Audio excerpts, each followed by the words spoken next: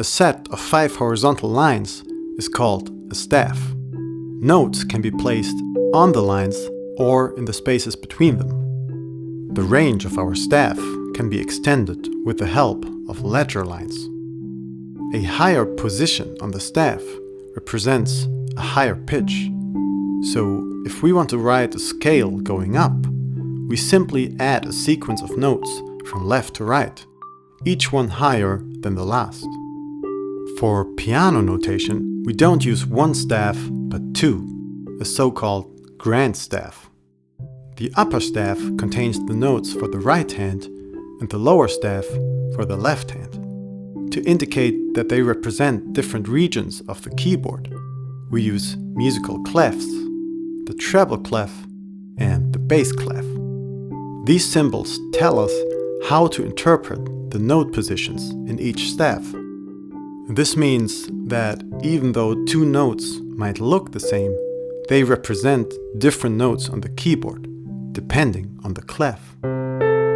This might be a little confusing at first, but there's a simple way to connect the two clefs. They meet at middle C. In the bass clef, middle C is placed on the first ledger line above the staff.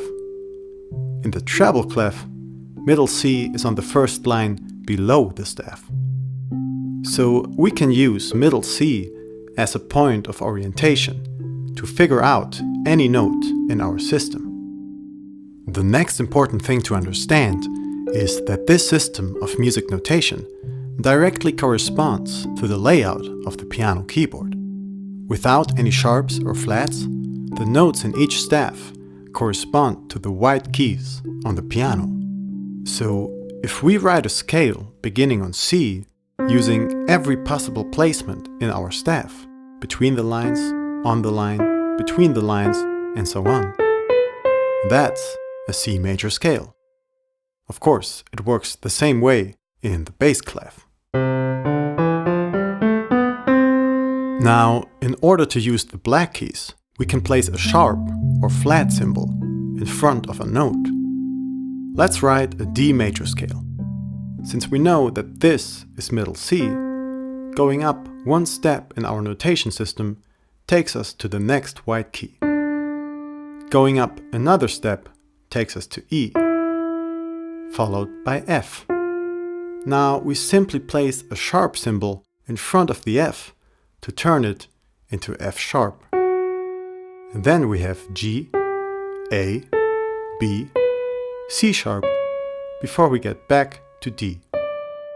Now, if a piece of music is in the key of D major, of course it would be kind of redundant to place sharp symbols in front of every single C and F. To simplify this, we use key signatures, a set of sharps or flats placed at the beginning of each staff, right after the clef. These key signatures tell us which notes are sharp or flat throughout the whole piece. So, if a song is in D major, it will have two sharps in its key signature.